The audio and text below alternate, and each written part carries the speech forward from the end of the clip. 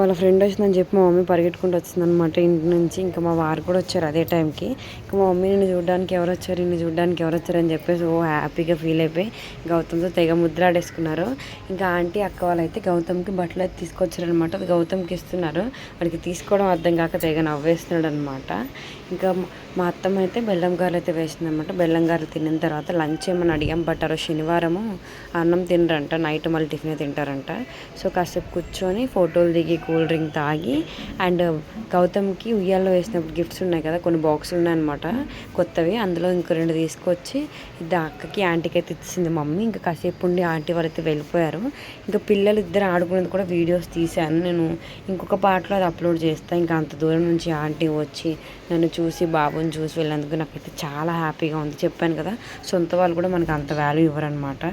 ఈ రోజుని బట్టి బయట వాళ్ళే బెటర్ సొంత వాళ్ళకంటే. మీరేమంటారు? కమెంట్ చేయండి. నచ్చితే సబ్స్క్రైబ్.